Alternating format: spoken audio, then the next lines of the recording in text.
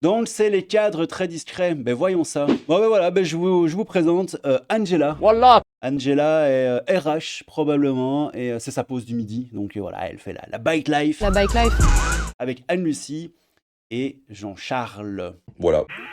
Les amis, vous allez halluciner. Le Monde.fr vous a pondu une espèce de fiente journalistique. En gros, les rodéos urbains, tu sais, les rodéos urbains, hein, les racailles qui font des 2 roues dans la rue et tout, et qui, une fois sur deux, tapent des vieilles, des enfants et tout, qui finissent dans le coma, bon bref, tout ça, c'est le plaisir coupable de cadres très discrets. Oui, c'est Hélène, 40 ans, 3 enfants, qui a découvert la moto dans son plus jeune âge et qui donc, après le boulot, avec ses amis Jean-Eudes, Édouard et Jean-Michel, font des rodéos urbains.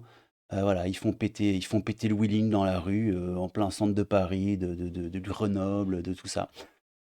C'est en tout cas ce que le Monde.fr nous dit, hein, à travers la bouche de Hélène Rivaillon, qui a tweeté son article absolument chiatique, je sais pas comment on peut dire, et qui se fait évidemment hein, complètement défonçax en commentaire, parce que c'est de la propagande gauchiste absolument infâme. Quand on sait quand même les répercussions qu'ont ce genre de pratique, c'est vraiment immonde. Mais voyons voir quand même l'article. Ah oui, alors déjà, Hélène Brunet-Rivaillon, les amis, mon avis, c'est un article qui a été commandé parce que la meuf ne fait que des articles, normalement, en tout cas dans Le Monde. Regardez, au Pays Basque, l'art de recevoir, un air de Paris à Zurich. En Dordogne, la cabane au bord de l'étang. Au Portugal, séjour dans un torrent de zen. Après Cambu, machin, des designers férus de serrurerie. En Charente, la vie de château comme à l'hôtel. Bon, bref, ce sont que des espèces d'articles lifestyle ultra-gauchistes. Et au milieu de tout ça, on a les rodéos motorisés, plaisir coupable des cadres très discrets. Bon, évidemment, je n'ai pas d'abonnement au Monde, hein, donc on ne va voir que le début de l'article, mais ça va largement vous suffire, les amis. C'est un gloubi-boulga de débilité, c'est absolument hallucinant. Prends ton petit casque anti-malaise et viens rigoler avec moi, frérot, parce que vraiment, on est en 2024, il faut rire. Il faut rire, sinon tu vas pleurer et tu vas déprimer, tu vas finir sous antidépresseur ou quoi. Donc je te propose de rigoler un petit coup avec moi. C'est parti, les rodéos motorisés, bah oui, plaisir coupable, des cadres très discrets. Mis sous les feux de l'actualité par des faits divers tragiques, ah c'est bien de commencer là-dessus déjà. Le rodéo sauvage est souvent associé à la jeunesse des quartiers. Ok. Mais derrière ces stéréotypes, un autre public SC+, celui-là lève la roue arrière dans le plus grand secret, plongé dans le fight club du cross-bitume. C'est le rodéo en fait américain. C'est un terme de la bike life. Après, on verra, il y a un mec quand même ici, Police Nationale 59, qui tweet, il dit hier à Roubaix, monté sur une moto, il s'adonne à du rodéo urbain face aux agents de la police. Il prend la fuite et perd sa casquette, objet qui sera ramassé pour être remis au service des objets trouvés. Plus tard, il se présente au commissariat pour la récupérer et boum, il est interpellé, évidemment. Bon, c'est probablement Hélène qui avait perdu sa casquette. Alors, né de père et de mère motard. Je vous jure, on est dans un délire, mais c'est n'importe quoi. Lance-t-elle en guise de présentation à la manière dont elle déclinerait son état civil. D'une voix posée et dans un langage soutenu, elle demande qu'on la surnomme Angela. Oui, pour préserver évidemment son anonymat. Cette aimable quarantenaire, agente immobilière de profession, confie sans vantardise rouler depuis l'adolescence, bien avant d'avoir l'âge légal pour passer le permis. 3 décennies plus tard, elle a conservé ce goût pour la transgression. Désormais mère de 3 enfants et séparée du père de ce dernier, elle compte parmi les adeptes du rodéo sauvage. Une pratique également appelée le cross-bitume ou la bike life. T'as vu, on met des termes et tout, histoire de bien romantiser le truc, alors que c'est criminel en fait de faire ça. Qui consiste à effectuer des figures sur 2 roues ou des quads lancés à vive allure, le plus souvent sur des lignes droites. La forme la plus populaire est illégale car elle a lieu sur la voie publique. Le wheeling, les roues arrière, les drifts, dérapages ou les stoppies, la roue avant et les burns, hein, faire fumer la roue arrière en brûlant la gomme sur l'asphalte, sont parmi les figures les plus prisées. Ok. Synonyme de forte nuisance sonore et de riverains au bout du rouleau, et surtout de faits divers dramatiques, le rodéo motorisé véhicule une image particulièrement négative et inquiétante. Bah oui, effectivement, oui, c'est un peu normal. Cependant, certains pratiquants insérés socialement et issus des classes sociales aisées revendiquent une approche plus raisonnable et plus respectueuse en s'exerçant sur des terrains privés, voire sur des circuits autorisés. Ben alors ça va en fait. Tu fais ça sur des jardins, des endroits privés ou des circuits autorisés, il n'y a aucun souci. C'est quoi ce délire? Attends, quoi. Les rodéos motorisés, plaisir coupable des cadres très... En fait, ils sont en train de faire un mélange.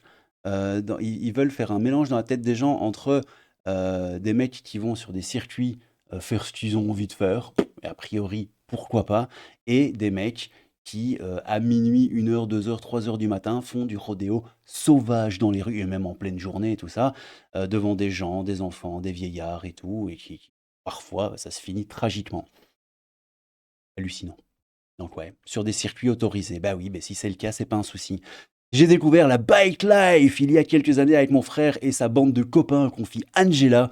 On faisait des runs, des courses, et on levait la roue sur des parkings d'entrepôts qui n'étaient pas surveillés à l'époque. Mais oui, mais si c'est sur des parkings, ça fait chier personne en fait. Si c'est sur des parkings au milieu de nulle part, il est où le problème? Cette mordue de sport mécanique s'adonne à des sessions de cross-bitume avec des amis, de nuit, le week-end, lorsque le temps est clément. Et dans la plus grande discrétion, l'équipe charge les motos non homologuées des modèles sportifs non autorisés à circuler sur la voie publique dans un camion pour les acheminer vers un endroit blablabli, blablabla. Bon, ok. Donc, en plus, l'image, quoi, tu vois. T'as des traces de gomme là au sol avec des passages pour piétons où clairement il te fait comprendre que c'est en pleine ville. Mais là non, ça te parle de Angela qui fait des pouettes avec sa moto. Et encore, si ça se trouve, c'est du mytho, j'y crois pas trop, mais bon, pourquoi pas. Il fait ça sur des parkings la nuit.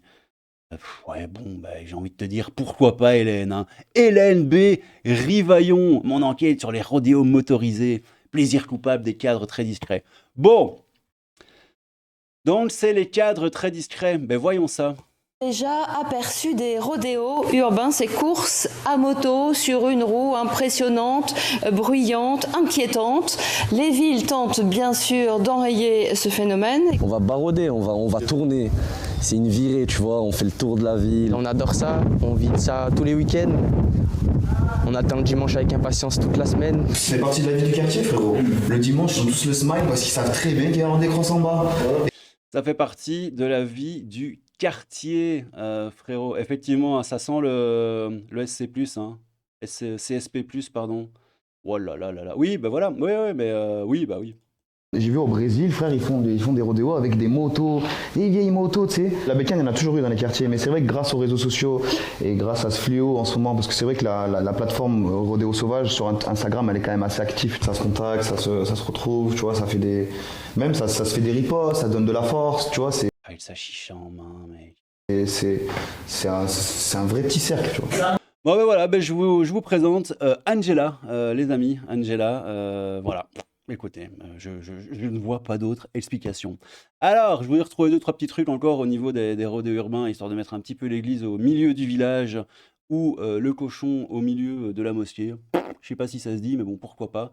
Non, les rodéos ne sont pas seulement un moyen de tuer le temps et les piétons qui traversent, effectivement, mais aussi une façon de se faire remarquer dans les quartiers pour monter dans la hiérarchie et donc de faire ses premiers pas dans la délinquance, nous dit un horrible facho, probablement, de CNews. Écoutons-le.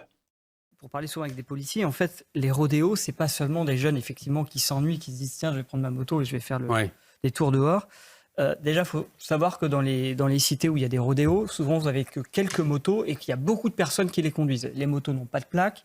Et en fait, c'est plus un moyen, me disaient les policiers qui connaissent bien le terrain, pour ces jeunes ados qui ont en général entre 14 et 18 ans, de se faire remarquer dans le quartier et de monter par la suite dans la hiérarchie, notamment le trafic de stupéfiants. C'est de se faire respecter, si vous voulez, c'est de s'acheter une respectabilité. Se faire respecter en faisant du rodéo. On prend des risques, on n'a pas peur de la police. Et ce qui se passe, par exemple, comme beaucoup conduisent ces motos qui ne sont pas les leurs, quand ils se font interpeller et qu'on confisque la moto, ces jeunes doivent rembourser la moto et à ce moment-là, d'ailleurs, vont travailler dans le trafic de stupéfiants sur des points de deal pour rembourser, justement. Donc, en général, ce n'est pas juste une espèce de divertissement, mais c'est beaucoup plus un premier pas dans la délinquance et une montée en puissance, un début de carrière de délinquance. Donc, pour parler souvent avec des Ça me paraît un peu logique, ouais, effectivement, prendre des risques, narguer la police, faire son gros kéké, j'ai peur de rien, histoire oui, de se faire respecter un peu plus.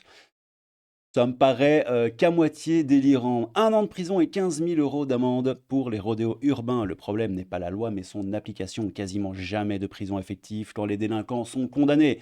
Il faut 1. Expulser les délinquants étrangers. 2. Construire des prisons, nous dit Pierre Gentillet. Ah bah, écoutons-le. Hein. Jusqu'à quand on va accepter ce genre de témoignage, ce genre de drame, Pierre Gentillet?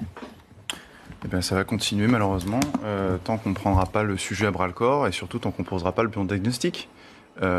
Ensuite, moi, si vous voulez, je me méfie beaucoup. C'est-à-dire que là, la crainte que j'ai, c'est que le politique réagisse mal. Et souvent, qu'est-ce que fait le politique pour mal réagir? Il fait une loi. Ouais. Moi, je pense qu'on devrait juste appliquer les lois. Vous savez, en 2018, il y a une loi qui est passée en août 2018, justement, en août. Je crois même le 3 août de mémoire. Oui. 3 août. Sur les rodéos urbains, d'accord? Les rodéos urbains, c'est sanctionné par la loi. Ouais, mais on va y venir dans un instant. Hein. C'est 1 an de prison et 15 000 € et la confiscation. Et donc ça veut dire qu'il ne va jamais en prison, la personne. Vous avez compris que c'est un problème qui est plus large. Mais faire appliquer la loi Elliott Deval, ça veut dire deux choses. Ça veut dire une condamnation effective et ça veut dire aussi des places de prison. Je suis désolé, on en reviendra toujours là. Nous avons des profils qui sont des profils multirécidivistes et des gens qui, en plus, comme ils savent qu'ils ne seront pas condamnés, n'ont aucune crainte et sont dans la plus totale impunité. Mais quand vous savez que c'est un... Jusqu'à quand on va... Vous voyez hein, ici sur les images de CNews, hein, c'est Angela sur sa moto. Angela et Anne-Lucie après leur taf. Hein, bon, elles finissent tôt là parce qu'il y a du soleil et tout. Vu les ombres, le soleil a l'air juste en haut. Il doit être quoi entre 1h30 et 2h30 de l'après-midi, un truc comme ça. Angela est RH probablement et c'est sa pause du midi. Donc voilà, elle fait la bike life avec Anne-Lucie et Jean-Charles. Voilà. Et ça, je vous avais montré, hein, le mec a perdu sa casquette. Et présente au commissariat quelques heures plus tard pour la récupérer. Quand on est tête de nœud, on est tête de nœud, nous dit Sengoku et Vegeta. Dragon Ball Sparking, oui, à moins que les policiers l'aient formellement reconnu ou qu'il y ait de la vidéosurveillance, la procédure sautera. C'est pas impossible. Cette ville est une masterclass constante. C'est où? À Roubaix. Rouquin là-bas. Les amis, bon, bah écoutez, qu'est-ce que vous en pensez? Anne-Lucie.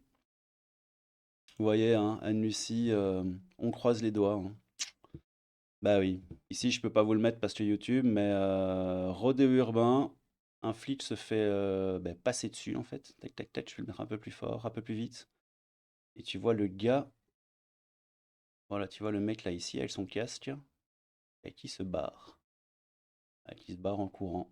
Et le policier au sol. Ça a l'air d'être un flic ou alors c'est un... Ouais, parce que le mec a l'air de vouloir l'arrêter. Tac, tac, tac, tu vois, il essaye, en théorie.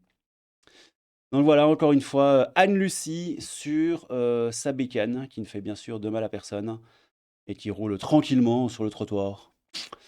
Voilà, en passant outre les injonctions policières, hein, mais bon, ça évidemment, hein, limite, on est en 2024, les lois, tout ça, c'est plus vraiment très important. Bon, les petits loulous, qu'est-ce que vous en pensez? Est-ce que vous allez vous abonner au Monde? Est-ce que vous êtes d'accord avec Henriette Lucette, je ne sais pas trop comment elle s'appelait, c'était qui? Ouais, c'est ça, Hélène Rivaillon. Hélène Rivaillon, hein, donc le plaisir coupable des cadres très discrets, les amis. Oui, le plaisir coupable des cadres très discrets. Ils sont tellement discrets qu'on ne les voit pas. Bon, allez, c'est pas faux. C'était le Craponton, ma petite Craboucou de fantôme. N'hésitez pas à vous abonner à la chaîne, à liker, clocher, me donner de l'amour, etc., etc. Je vous aime tous, sauf un, mais je ne dirai pas qui c'est. Non, jamais. Prenez soin de vous et à bientôt.